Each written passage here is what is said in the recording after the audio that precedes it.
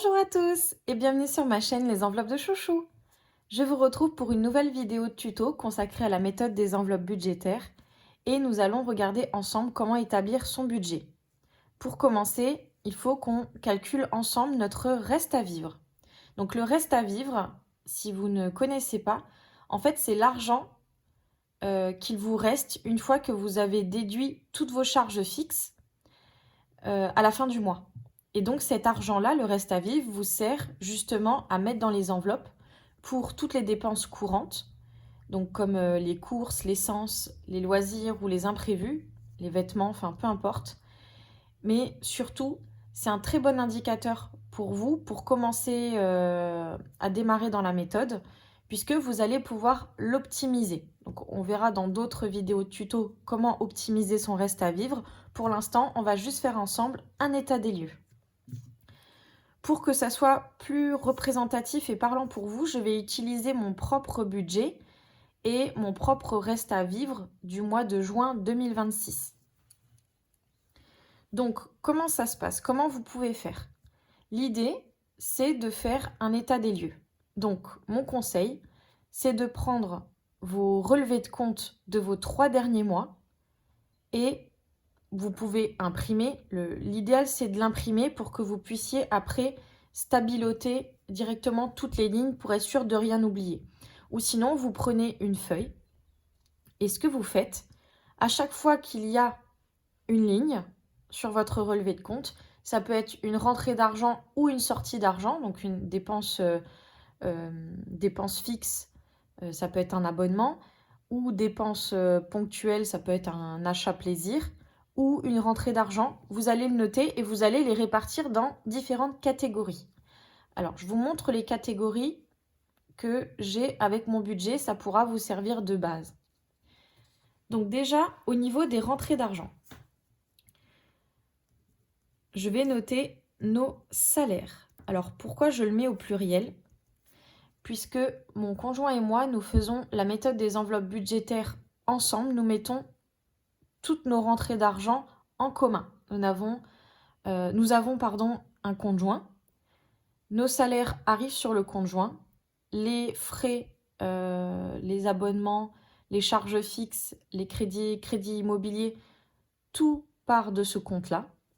Et après, avec le reste à vivre, nous répartissons dans les enveloppes. Ce n'est pas une méthode universelle et unique. Il existe plein de méthodes. Vous pouvez, si vous êtes en couple, avoir chacun à ce moment-là votre budget et vous gérez chacun de votre côté les rentrées d'argent, les sorties. Donc ça, on verra dans une autre vidéo tuto comment on peut s'organiser quand on gère la méthode des enveloppes à deux ou qu'on le fait mais pas notre conjoint par exemple.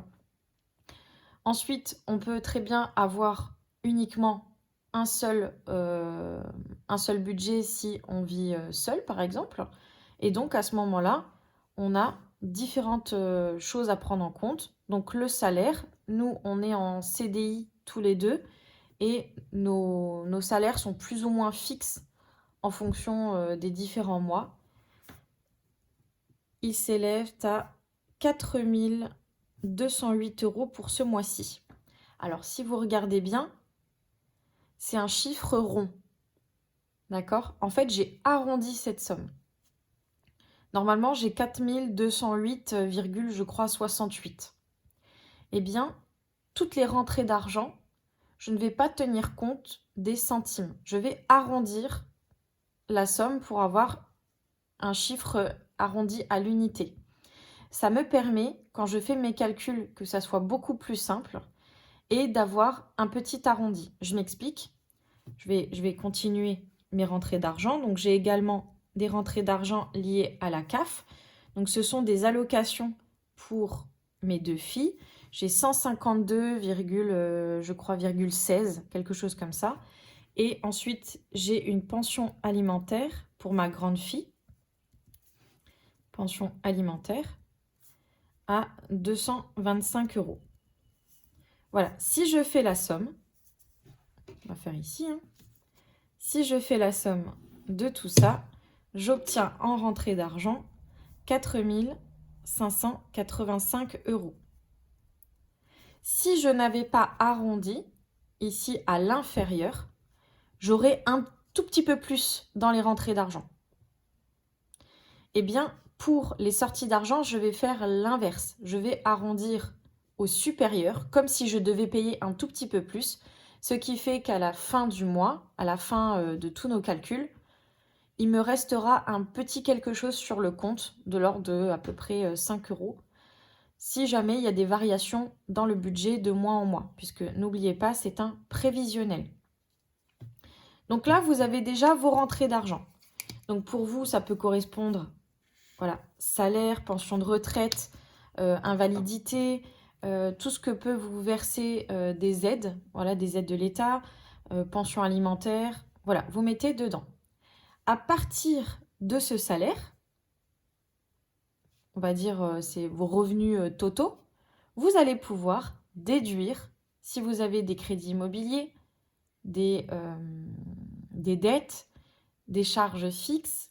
Donc voilà, on va regarder et en faisant des moins, vous allez arriver finalement à votre reste à vivre. Donc on va le faire ensemble. De notre côté, nous avons en crédit immobilier, donc crédit dette, un prêt maison. Un prêt maison, c'est mon crédit immobilier. Crédit immobilier qui s'élève à 1620 €.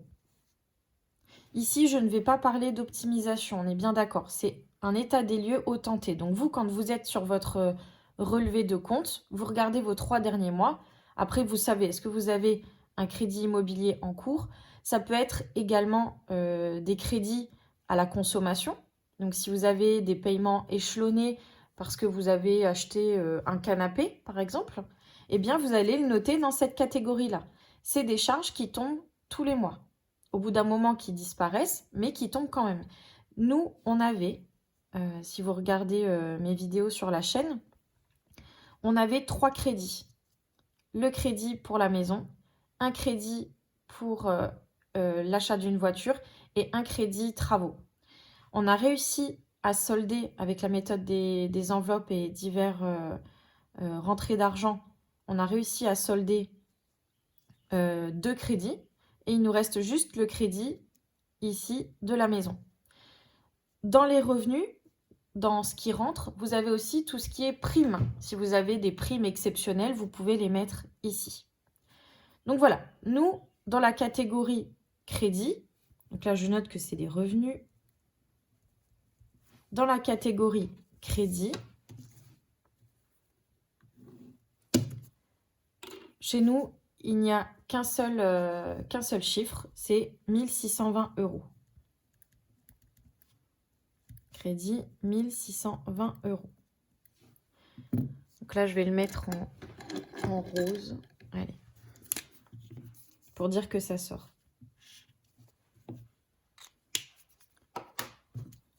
Donc, vous avez votre relevé de compte et il vous reste. Donc, vous avez déjà catégorisé toutes vos rentrées d'argent. Vous avez catégorisé tous vos crédits, vos dettes.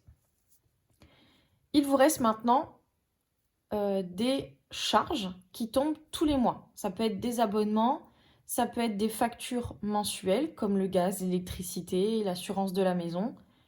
Tout ça, vous allez les catégoriser dans les charges fixes.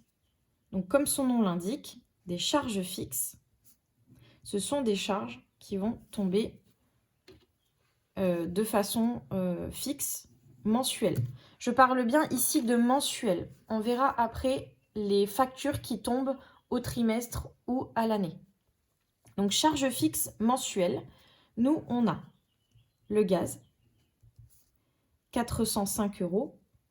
Alors, du coup, si je reprends les arrondis, 405 €, normalement, j'ai 404,80. Je crois que c'est 80.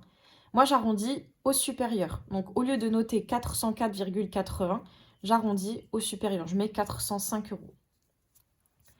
Ensuite, j'ai l'électricité. L'électricité, tous les mois, je paye 179 €. Ensuite, j'ai l'assurance de la maison. Assurance de la maison, c'est 49 €. Et ainsi de suite. Vous prenez toutes vos charges que vous listez. Donc l'assurance de la voiture, 46 €. Et donc ça, c'est celle de mon conjoint. Et on a une deuxième voiture. Donc c'est pour mon assurance voiture personnelle.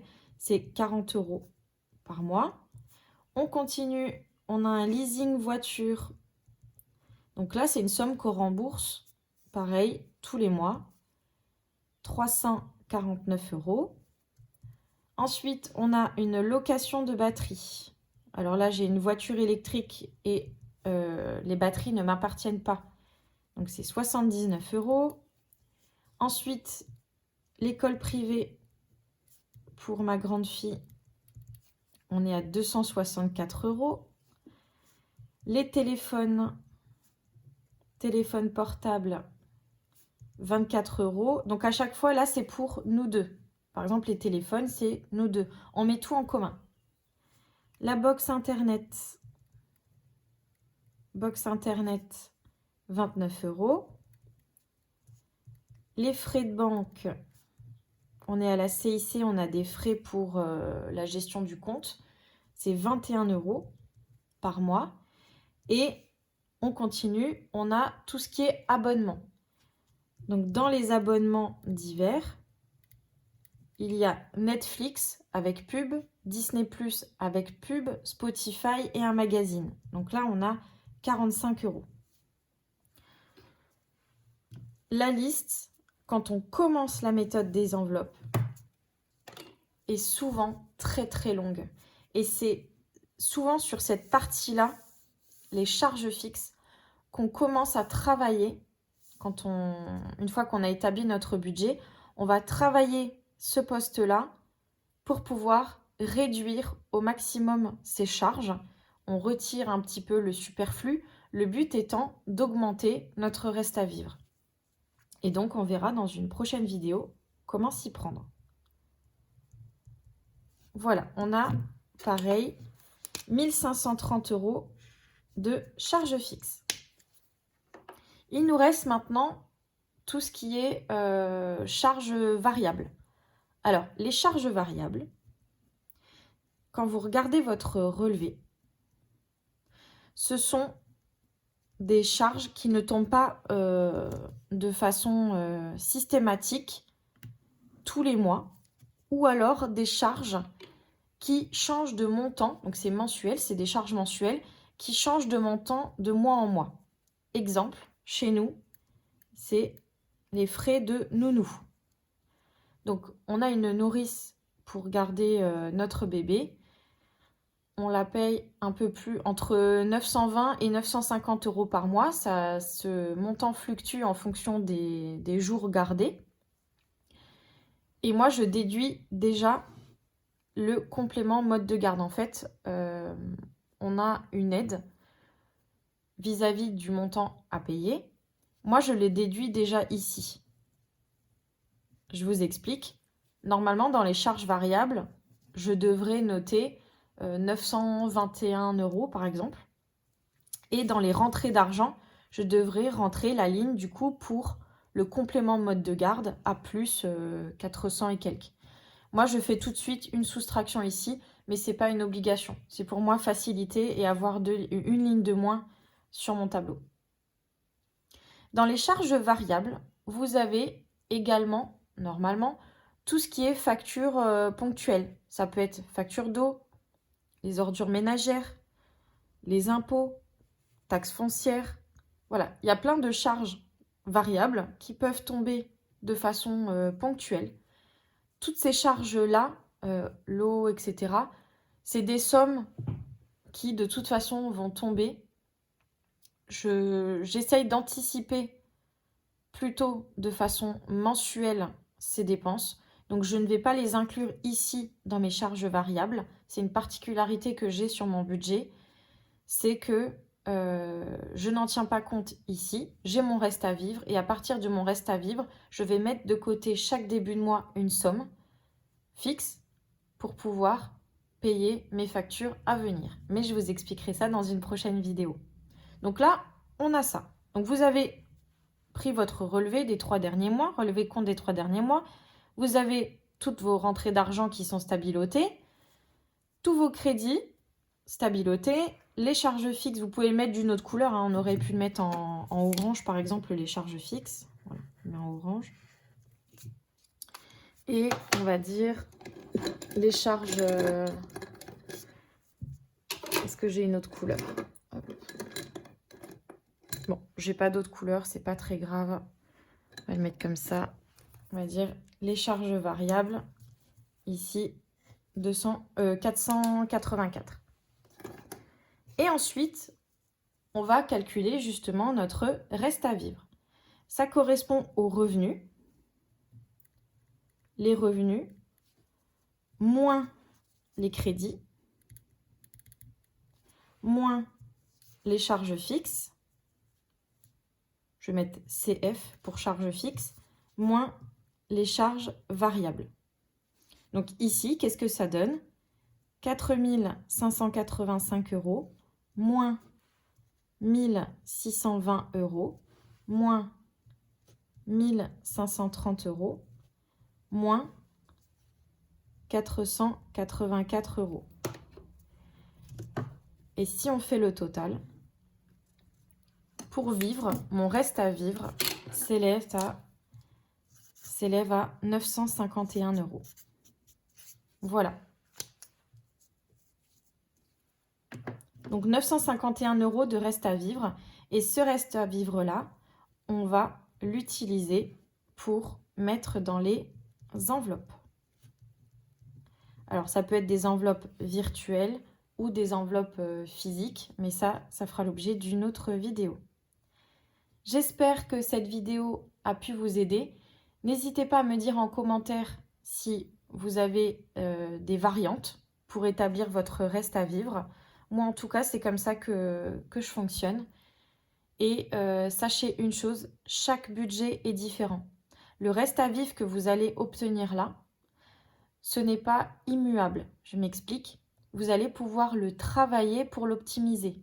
Donc, premièrement, vous allez travailler sur les charges fixes. Le plus simple, c'est tout ce qui est abonnement, téléphone, etc. Vous allez travailler dessus. Ensuite, pourquoi pas gérer tout ce qui est crédit-dette pour solder vos dettes, solder vos crédits à la consommation. Donc là, vous allez aussi augmenter votre reste à vivre. Ensuite, vous avez vos rentrées d'argent. Vous pouvez avoir la possibilité d'avoir des revenus complémentaires en faisant des ventes, en ayant un petit boulot à côté ou autre. Et les charges variables, là aussi, vous allez pouvoir travailler dessus. Merci beaucoup pour votre attention. N'hésitez pas, c'est un moment de partage. J'adore vous lire en commentaire et le but est d'aider les nouvelles personnes qui commencent dans la méthode. Donc voici la première étape. Merci beaucoup et je vous retrouve très bientôt pour la deuxième étape. Bonne journée!